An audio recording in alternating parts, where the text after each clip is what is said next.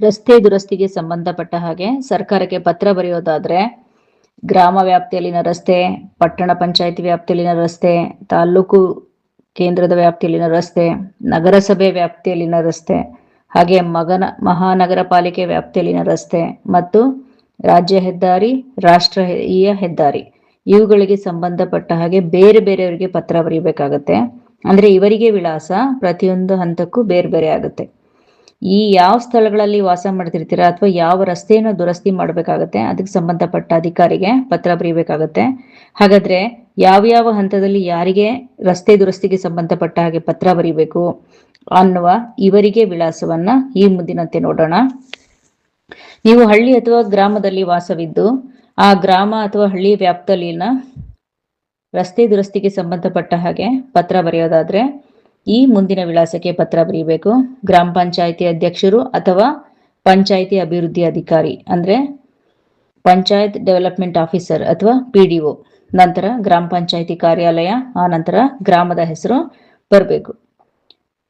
ಎರಡನೇ ಹಂತದಲ್ಲಿ ಪಟ್ಟಣ ಪಂಚಾಯಿತಿ ವ್ಯಾಪ್ತಿಯಲ್ಲಿನ ರಸ್ತೆ ದುರಸ್ತಿಗೆ ಸಂಬಂಧಪಟ್ಟ ಹಾಗೆ ಪತ್ರ ಬರೆಯೋದಾದ್ರೆ ಆಗ ಪಟ್ಟಣ ಪಂಚಾಯಿತಿ ಅಧ್ಯಕ್ಷರು ಅಥವಾ ಕಾರ್ಯನಿರ್ವಹಣಾಧಿಕಾರಿ ಅಂದ್ರೆ ಎಕ್ಸಿಕ್ಯೂಟಿವ್ ಆಫೀಸರ್ ಇಒ ಇಬ್ಬರಲ್ಲಿ ಯಾರಿಗೆ ಬೇಕಿದ್ರು ಅಡ್ರೆಸ್ ಮಾಡಿ ಪತ್ರ ಬರೀಬಹುದು. ನಂತರ ಪಟ್ಟಣ ಪಂಚಾಯಿತಿ ಕಾರ್ಯಾಲಯ, ಪಟ್ಟಣದ ಹೆಸರು ಬರಬೇಕು.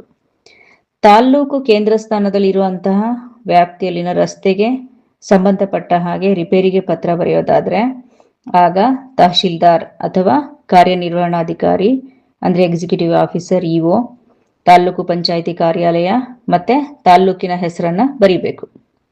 ನಂತರ ನಗರಸಭೆ ವ್ಯಾಪ್ತಿಯಲ್ಲಿನ ಸಂಬಂಧಪಟ್ಟ ಹಾಗೆ ಪತ್ರ ಬರೆಯೋದಾದ್ರೆ ರಸ್ತೆ ದುರಸ್ತಿಗೆ ಆಯುಕ್ತರು, ನಗರಸಭೆ ಕಾರ್ಯಾಲಯ, ನಂತರ ಜಿಲ್ಲೆಯ ಹೆಸರನ್ನ ಬರೀಬೇಕಾಗುತ್ತೆ.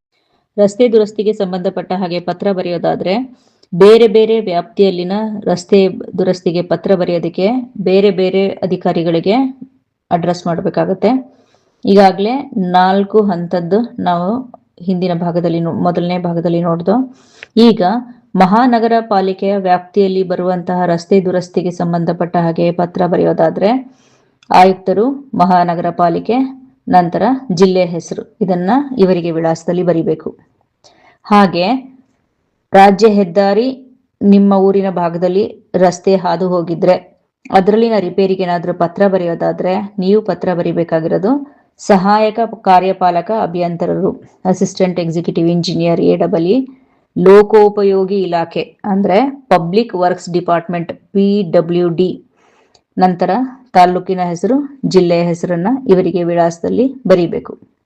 ಆ ನಂತರ ರಾಷ್ಟ್ರೀಯ ಹೆದ್ದಾರಿ ರಸ್ತೆ ನಿಮ್ಮ ಊರಿನಲ್ಲಿ ಏನಾದ್ರು ಹಾದು ಹೋಗಿದ್ರೆ ಅದಕ್ಕೆ ಸಂಬಂಧಪಟ್ಟ ಹಾಗೆ ರಸ್ತೆ ರಿಪೇರಿಗೆ ಪತ್ರ ಬರೆಯೋದಾದ್ರೆ ಸಹಾಯಕ ಕಾರ್ಯಪಾಲಕ ಅಭಿಯಂತರರು ಅಂದ್ರೆ ಅಸಿಸ್ಟೆಂಟ್ ಎಕ್ಸಿಕ್ಯೂಟಿವ್ ಇಂಜಿನಿಯರ್ AEE, ಲೋಕೋಪಯೋಗಿ ಇಲಾಖೆ ಅಂದ್ರೆ ಪಬ್ಲಿಕ್ ವರ್ಕ್ಸ್ ಡಿಪಾರ್ಟ್ಮೆಂಟ್ PWD, ತಾಲ್ಲೂಕಿನ ಹೆಸರು, ನಂತರ ಜಿಲ್ಲೆಯ ಹೆಸರನ್ನ ಬರೀಬೇಕು. ಹೀಗೆ ರಸ್ತೆ ರಿಪೇರಿಗೆ ಸಂಬಂಧಪಟ್ಟಂತೆ ಬರೆಯುವಂತಹ ವಿಳಾಸಗಳು ಬೇರೆ ಬೇರೆ ಹಂತದಲ್ಲಿ ಬೇರೆ ಬೇರೆ ಆಗಿರುತ್ತೆ ಇವರಿಗೆ ವಿಳಾಸ.